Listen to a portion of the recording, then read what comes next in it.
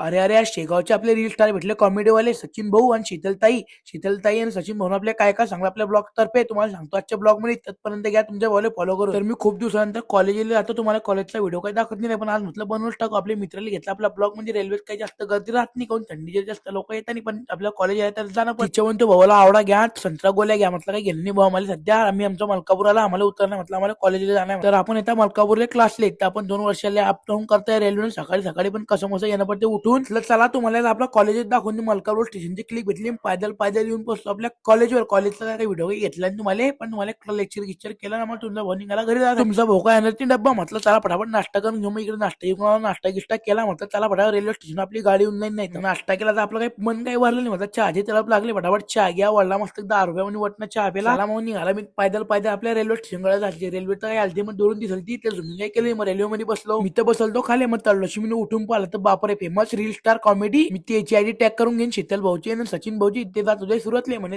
करत राह म्हणे ब्लॉग, तुला खांद्याच्या दिवशी सक्सेस भेटेल म्हणे, आणि ते फॉलोअर्स बी वाढतील. ज्यांना अजून तुमच्या भावाला फॉलो नाही करायला ते फटाफट फॉलो करा. आजच्यासाठी एवढंच, असेच भेटू पुढच्या नवीन व्हिडिओ.